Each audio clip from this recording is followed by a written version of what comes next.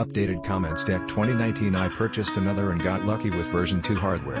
The firmware is nicer than any other TP-Link GUI so far, and there was an update from July 2019, so you know they are actively supporting this product, D1500G8TV2. With this version you can remove ports from System VLAN 1, PIV 1. This is great. Now if they could assign ports to be trunk or access. I like this one so much I'll buy another if needed. At the cost you can buy 2 of these for one Unify US 8, about $95 average. However, if you find yourself modify ports a lot, like in a lab, then perhaps Unify makes sense since it is so easy to manage. I'm using these TP-Links in situations where I will not likely need to modify ports in many months, if not years. Updated comments SEP 2019 I was thinking about putting this switch into the WAN side or DMZ to host a few devices on an isolated VLAN. However, the version of the OS on this lower model does not support port type assignment, access or trunk. Looking at the config, my guess is that all ports are basically trunk types, as I cannot remove any port from native VLAN 1, where the management IP resides. That alone makes this switch vulnerable to VLAN hopping attacks.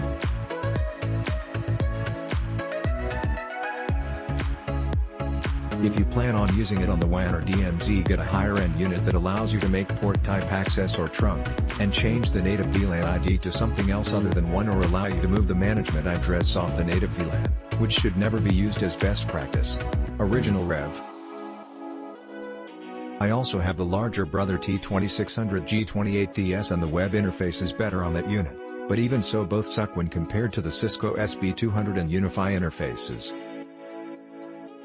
I have not tried to see if VLAN 1, PIV 1, will allow you to jump across ports as found in other TP-Link budget switches. I have not tried LASP or lag. But for basic VLANs I can recommend it and will be buying another soon. During the COVID-19 crisis I have been ordered to work from home. I bought this switch to help provide better connectivity, wired instead of Wi-Fi, for multiple computers and other internet-connected devices.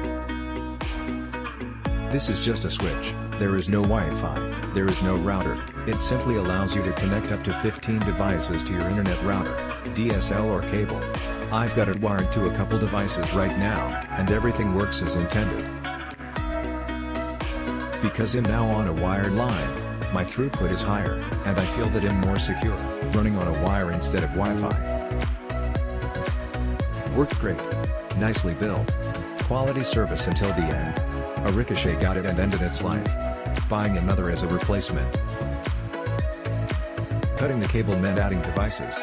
So many that I decided to network everything. I already had 2 Blink devices in place, so I went with Blink on the managed switch as well. Nice product with 0 issues in wiring it in place. The instructions, however, aren't that helpful. A call to tech support was helpful only after I was transferred to the business tech people. It turns out that managed switches are considered to be pro/business, not consumer level. Have it installed in our basement right under our stairs and it feeds the rest of the house. 2 kids' rooms, a master bedroom and living room, and soon out to our garage and office. Test speeds have come in right where they should be and temps are just right. I was already in the attic running Cat5e cable for some PO cameras and had a lot of Cat5e left over, so I decided to run Ethernet ports to every room.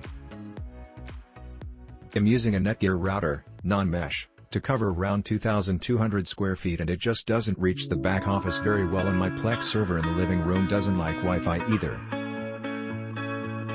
Click the link under this video for more details, reviews and current pricing.